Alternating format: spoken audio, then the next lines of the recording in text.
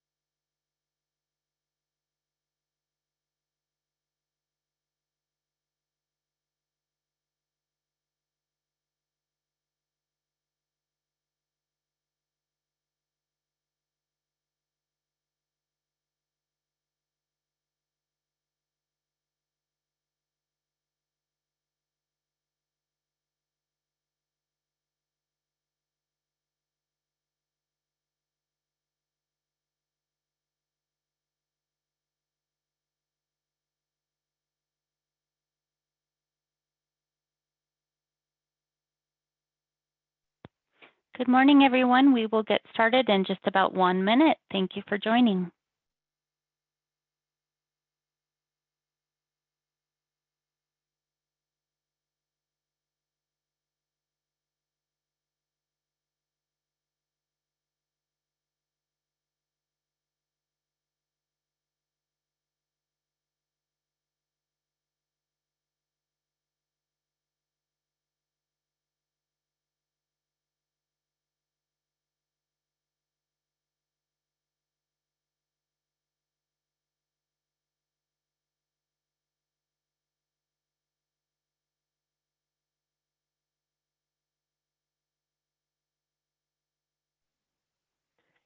Good morning. I'd like to welcome everybody to our webinar, 501 Impact on Collections and Bad Debt Recovery. I'm Kelsey Peters, Senior VP of Production at Collection Center. I'll be your host today. A few housekeeping notes. We will take questions throughout the webinar. We will also leave time at the end of the webinar to answer any further questions. We will be recording this webinar and a copy will be made available sometime next week. I'd like to introduce you to today's speaker, Amy Canaday. Amy is the Director of Business Development for Collection Center Incorporated. She has successfully performed in a variety of roles during her 21 years with CCI, including debt collection, HR, education and employee development, client services, and sales. Her talents are in high demand as a knowledgeable and compelling speaker with certification through ACA International. Amy remains active in industry-related associations such as HFMA and the Wyoming Hospital Association.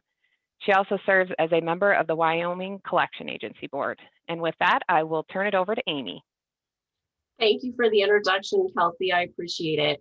I'm excited to be here with all of you today, and I appreciate you joining our session. I would like for today to be interactive, so please feel free to use the chat box to provide input or ask questions as we go along. You'll find that feature by hovering over your presentation screen, and the chat box option should pop up. And once you click on that, you can actually open that into a separate window and drag that out from your presentation. So feel free to give it a try and say hello if you haven't already. And be sure that you've selected all participants, like all panelists and attendees in the chat box so that we all see it. Kelsey and Rana will be helping me keep an eye on that for us today too. You will find that throughout today's presentation, I may poll the audience and ask you to provide me with some feedback in that chat box. So just to get familiar with using that feature, I'd like to have each of you just type in real quick, if you're able to. I know we have some that are calling in as well, but if you're able to type in how long you've been with your organization and either a yes or a no to identify if you are a 501c3 hospital. So if you guys could type that in the box now, how long have you been there, and is your hospital a 501c3 hospital? And while we're waiting for those to come in, I'd like to start out by just saying I am not an attorney, nor do I want to be. So with that said, please do not take any of the information covered today as legal advice. I would suggest you check with your own legal counsel, although do know that we have attorneys at our disposal that we can also ask. So let's go ahead and take a look at what we're going to cover today. We're going to talk about a variety of topics today that are going to include extraordinary collection actions, financial assistance policies, reasonable efforts, notification and application periods, which I'm just going to go ahead and define right here now, as both of these are going to come up in future slides. The notification period is beginning on the first date that care is provided and ending 120 days after the first billing statement is provided. The application period is beginning on the first date that care is provided as well, but this is ending 240 days after the billing statement. We're also going to talk about some specified procedures and some collection procedures. And while we really could spend an entire day on 501R, we only have 30 minutes today. So some of these areas are going to be more brief than others. I want to get started with just a few facts to cover with you guys. 501R applies only to charitable hospital organizations who are 501c3 tax exempt, which is why I asked that question, and who wish to maintain their tax exempt status, which if you have that, you probably want to retain that. Despite only applying to tax exempt hospitals, I have seen a trend with some other hospitals following suit in the 501R compliance and requirements, despite the fact that they're not required to do so. This also only applies to individuals who receive emergency or medically necessary care and are eligible for assistance through the hospital's financial assistance policy. In other words, it doesn't apply to elective services.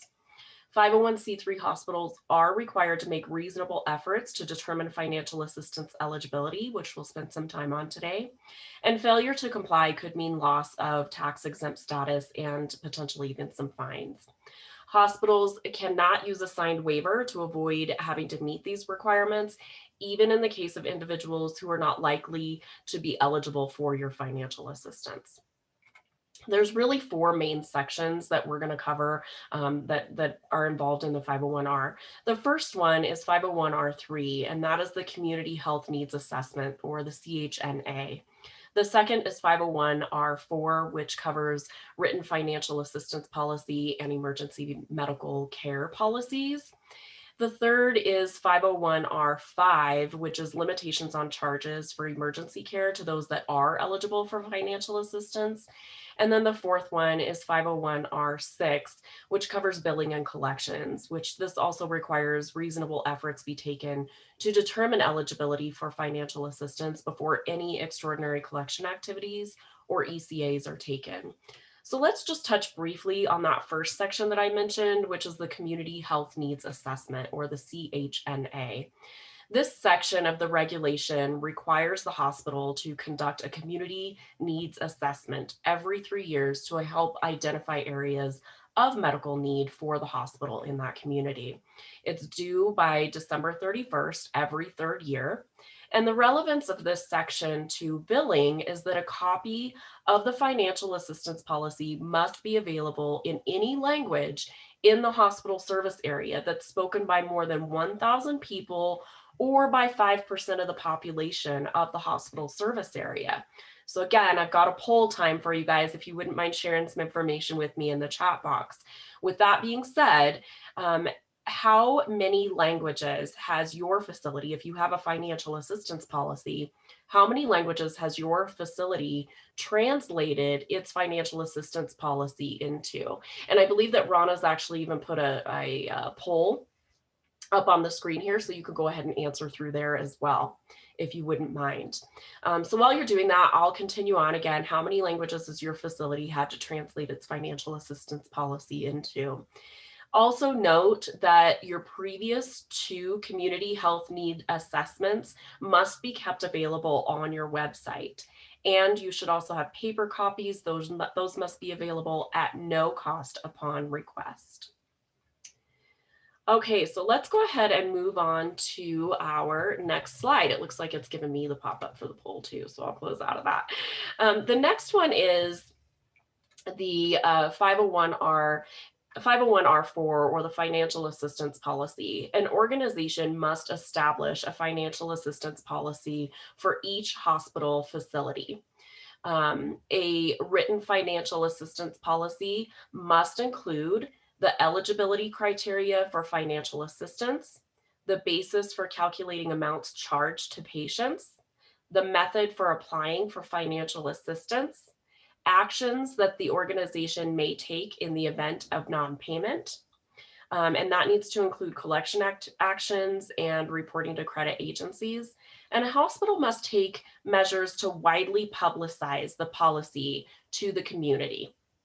You must also have a written emergency care policy, and we're going to talk more about that in just a moment. Looks like we lost the slideshow, so I think Rana's getting that back up for us. There we go. Okay, we're back in business. Good deal. You gotta I have a love-hate relationship with technology, but here we are. But these policies must also be written in plain language so that the patient can easily understand them the first time that they read them. I wish I could say the same thing for the actual text of the 501R rule. If you guys are like me, I felt like I had to read it 5 times just to get a basic understanding of it. It was not written in plain language, but these policies must also, as I mentioned, be widely available, and they must be sent with the first bill that the hospital submits to the patient after the patient has been discharged. You should also have printed paper copies readily available, as I mentioned earlier. I would suggest having those paper copies available at both your ER and your admissions desks. And be sure that you include a list of providers other than the hospital facility itself that are delivering emergency or medically necessary care in your facility. This list should include providers. This list should include which providers are covered by your financial assistance policy and which are not. The financial assistance policy only applies to hospitals and not to separate companies that service the hospital. So for example, if you have a facility where the ER physicians bill separately, they're not required to have a financial assistance policy, but the hospital is required to inform patients that these providers are not covered by the hospital's policy. So make sure that you have that incorporated into your financial assistance policy.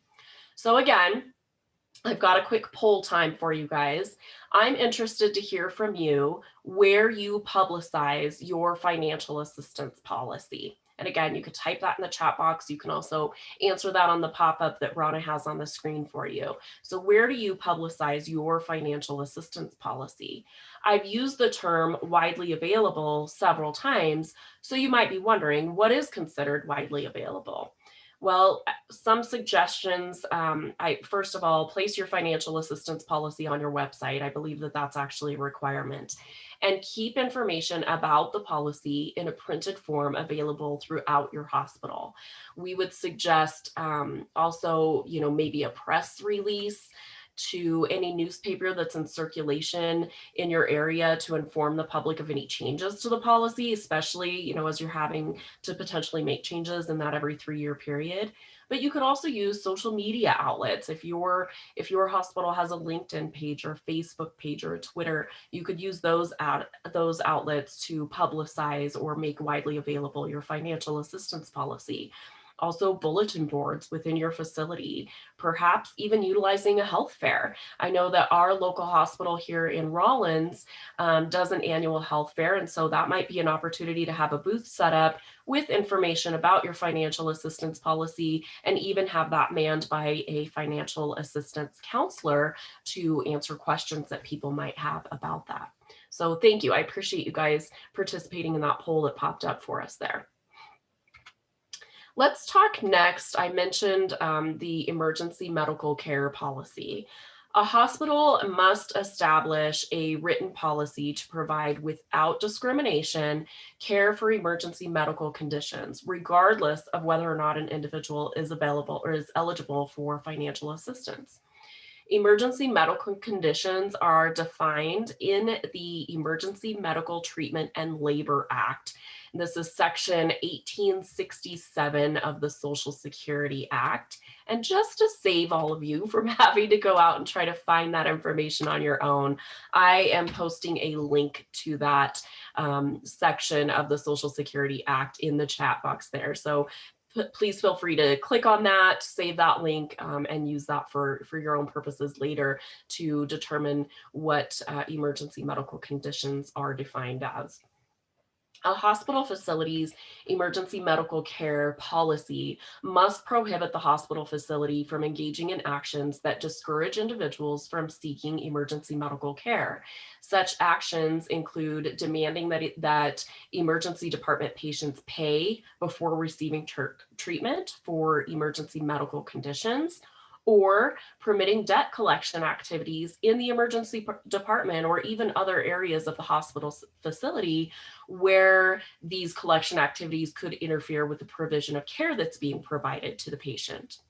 However, debt collection activities would not include gathering insurance information from the patient or asking questions to determine if they are eligible under the financial assistance policy. Now, I have a poll time for you guys again, but I am really interested if somebody would be willing to share information with me offline. I'm curious if any of you have set questions that you ask patients to determine their eligibility. So if so, would you be willing to share those with others, or even type in the chat box, what are your top 2 questions that you want to make sure that your staff is asking people to help determine what is their eligibility or whether or not they would be eligible? If you do have kind of an interview of questions to help determine eligibility, and you wouldn't mind sharing that with me and allowing me to even share that with other facilities, I would really appreciate it. So feel free to email that to me. I'm going to make sure to provide all of my contact information at the end of today's session. But again, you can use the poll. You can also use the chat box here to enter questions that you want to make sure are important that are asked.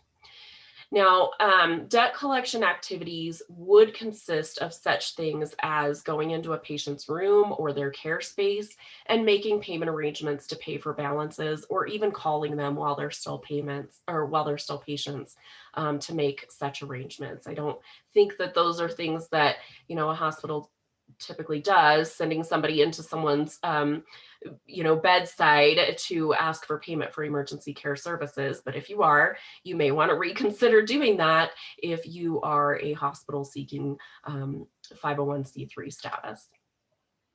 There's also, as I mentioned, the Section 501R5, which is limitations on charges. There must be a limitation on the amount billed to people under the financial assistance policy to the amounts generally billed to insurance companies for the same procedure. This limitation only applies to emergency care provided for medically necessary treatments. So what is amounts generally billed? Well, there's two methods for calculating the amounts generally billed, or as you may hear them referred to, the AGB. The first one is the look back method, which is based on either Medicare fee for service only or Medicare fee for service together with private health insurer paying claims. The other option is the prospective method, which sets the amounts billed the same as the amounts that are charged to Medicaid and Medicare for the same services. So again, poll time. I'm interested to hear from you guys. For any of you that are currently complying with 501R, which method did your hospital use? Did you guys use the look back method or did you use the prospective method?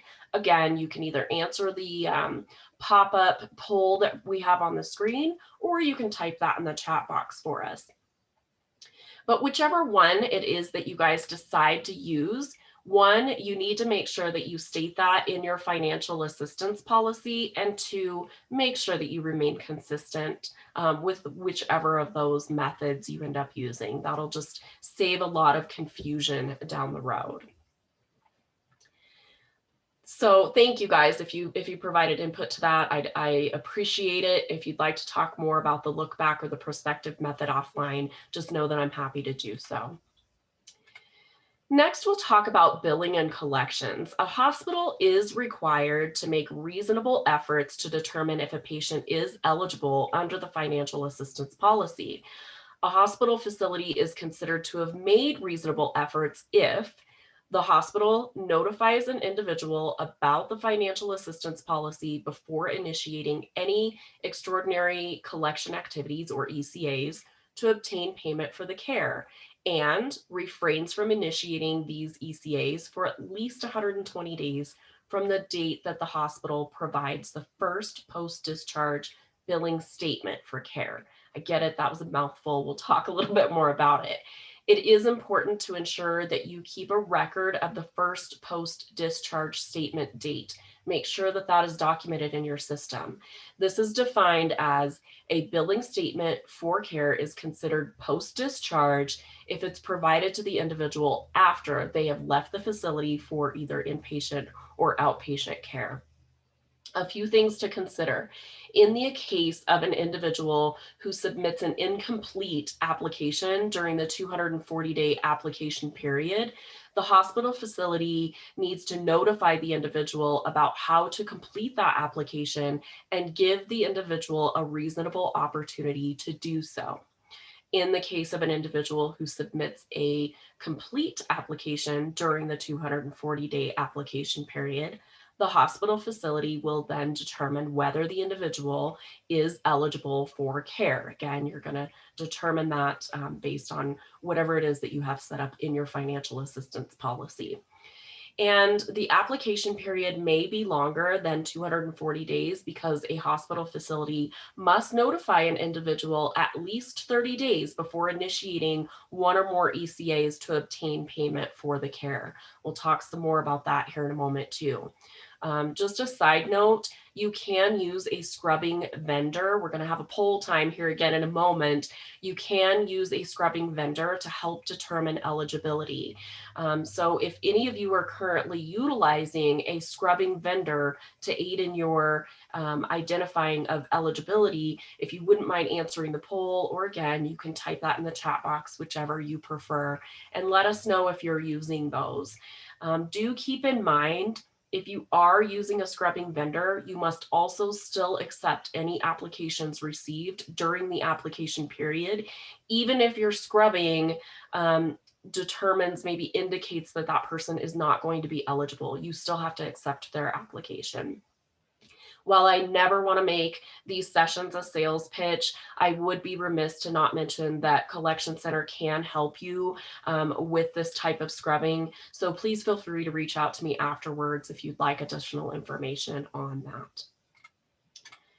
I've mentioned ECAs, or extraordinary collection activities, several times. So what are extraordinary collection activities? Well, ECAs are defined as actions taken by a hospital facility against an individual related to obtaining payment for a bill for care covered under the hospital's financial assistance policy.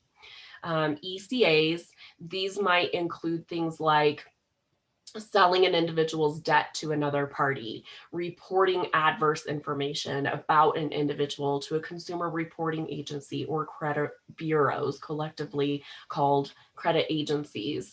It would also maybe include deferring or denying or even requiring payment before providing medically necessary care because of an individual's non-payment of one or more bills for previously provided care.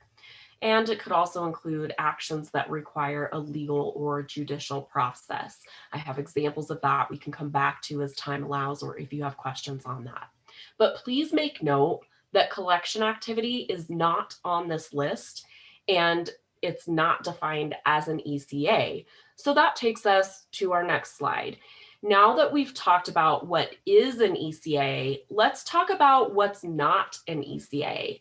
In other words, actions that are allowed during the 120-day and the 240-day period. So Rana, if I could have you just advance to that next slide so that they can see those bullets on there. First and foremost, what is allowable is listing with a collection agency. The rule allows the hospital to send to collections anytime after they send a 30-day notice telling the consumer that they are sending it to collections. To accomplish this, these are just some examples that I've seen, but some providers send their first 3 letters quickly, and they include in the 3rd letter language necessary to send to collections, and then they send the account to collections 30 days after that.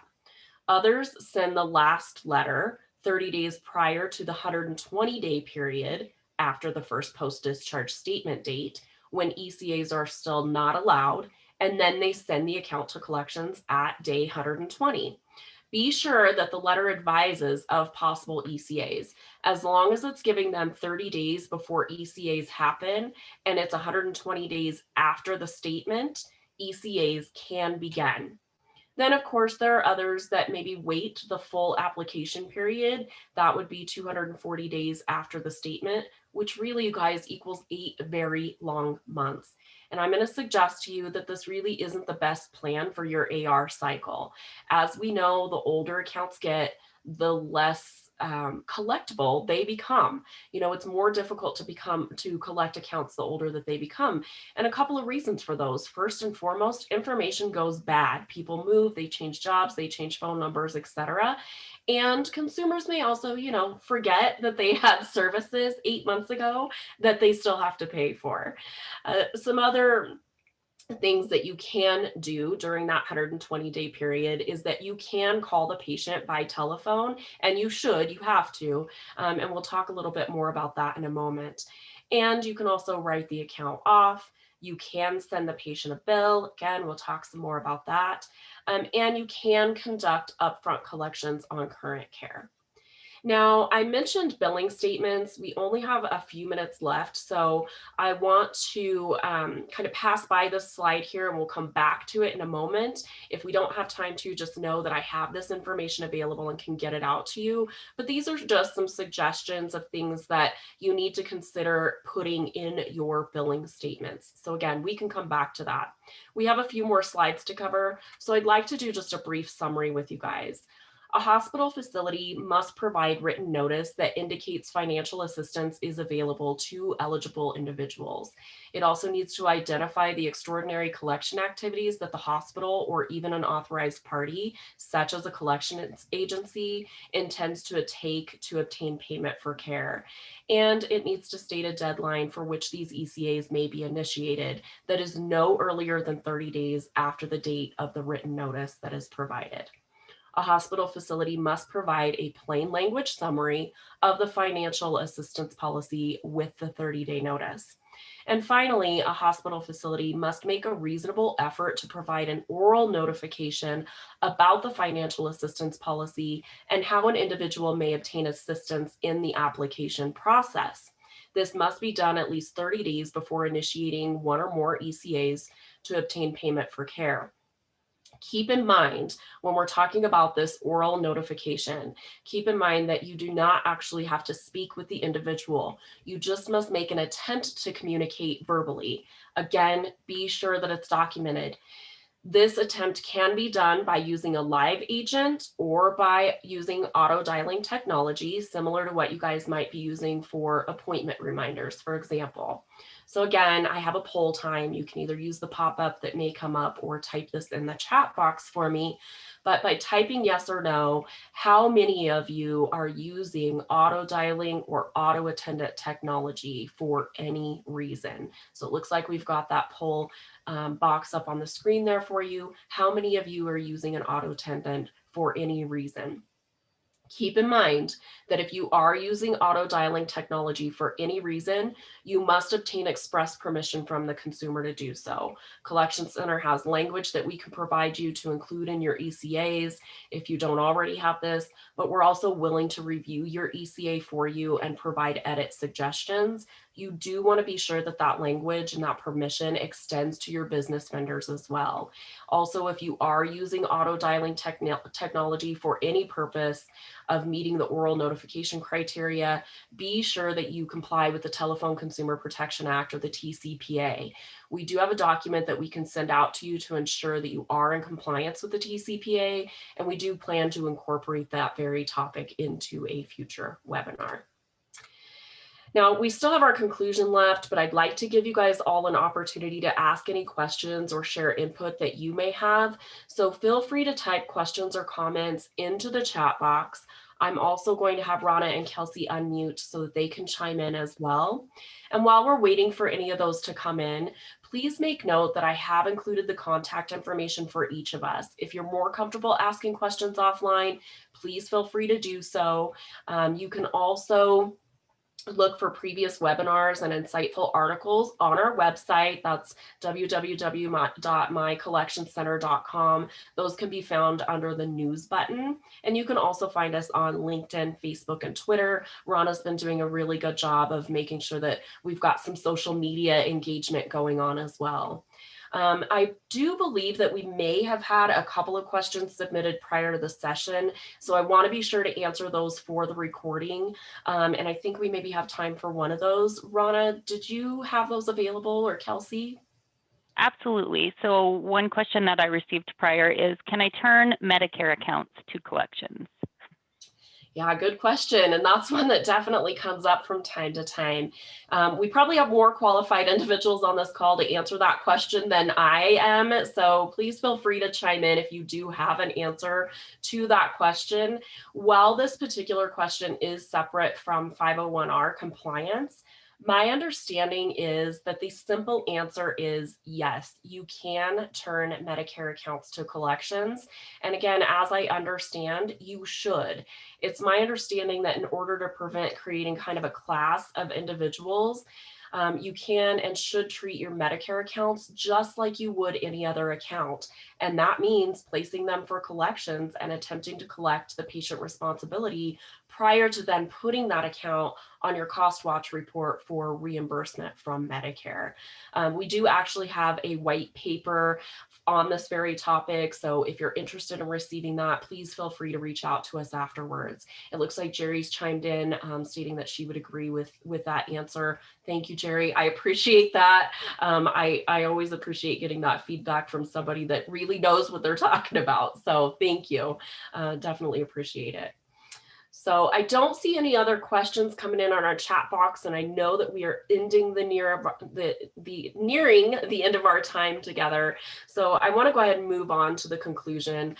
Knowing whether or not you could use internal and external collection efforts under the Affordable Care Act and remain compliant with the final 501R rules really made some people's heads spin when the rule became effective after 2015. Fortunately, the answer became clear. Yes, you can. However, you do have to make sure that things are done right from the get-go. And we know that there's no obligation from patients to actually cooperate with the application process, but that doesn't mean that their lack of cooperation really gets us completely off the hook. So here's a few things to consider. First, teach reception, admissions, and anyone else speaking of billing and financial matters the importance of asking for information. Again, if we get some examples of that, we're happy to share those questions with the rest of you later. This will allow the eligibility, the determination of eligibility without a formal written application to be determined down the road and avoid the possibility of refunds. Again, make sure that this is documented. Get updated information at every service and during any verbal communications. Not only does information collect accounts, but people's situations change. And while they might not have been eligible at one point, they might be 90 days later. You just never know. Make sure that you're updating written forms to identify any changes that happen to determine eligibility. And remember that incomplete applications still technically have that full 240 days to complete the application, but you can turn to collections and even start ECAs when applications are incomplete and no further information is provided or submitted after your written request and your 30-day notice. Know what's in your financial assistance policies and make sure that your staff does too. Everything should be spelled out in really clear and easy to understand language. Knowledge is power there, you guys, for you and your team. And consider putting your 30 days to collection notice, your ECA 30-day notification, and your plain language summary all in your first statement. And last but not least, you guys, document, document, document. It's so important. 501R compliance can be complicated, especially when you must make sure that everyone involved is on the same page. So keep in mind that communication is key. I really hope that today's session has been helpful. If you have any input to improve upon the content of this session, please feel free to reach out to myself or Rana. We're open to constructive feedback and we welcome your thoughts. We're also open to hearing any suggestions on topics that you have for future sessions, as we are doing these sessions every 2 months. Please be sure to fill out the survey that you receive afterwards. And with that, I will let all of you return to your morning. I hope that I get to see many of you in person soon. I miss traveling and being out on the road. We're hoping that's going to change in the coming month. But until then, take care, be well, and know that we're here from you. Thank you, guys.